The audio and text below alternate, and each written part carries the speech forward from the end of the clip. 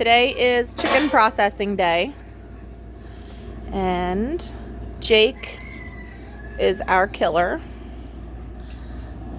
He's over there. Kelsey right now is scalding the chickens to open up the pores in order to get the feathers out. And then she'll check it by seeing how easily a wing feather pulls out. That's how we know that it's ready to go into the plucker.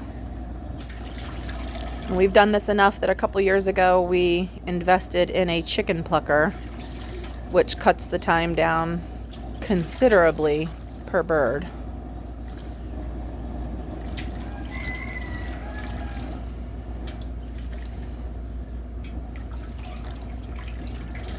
Alright, once the bird comes out of the scalding pot,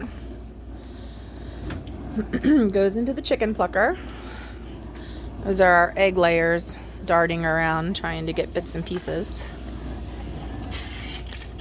And guard dogs are keeping the fox away. So the chicken goes into the plucker with a little bit of garden hose water. And if all is done correctly when it comes out of the plucker, we will have a naked bird. Voila!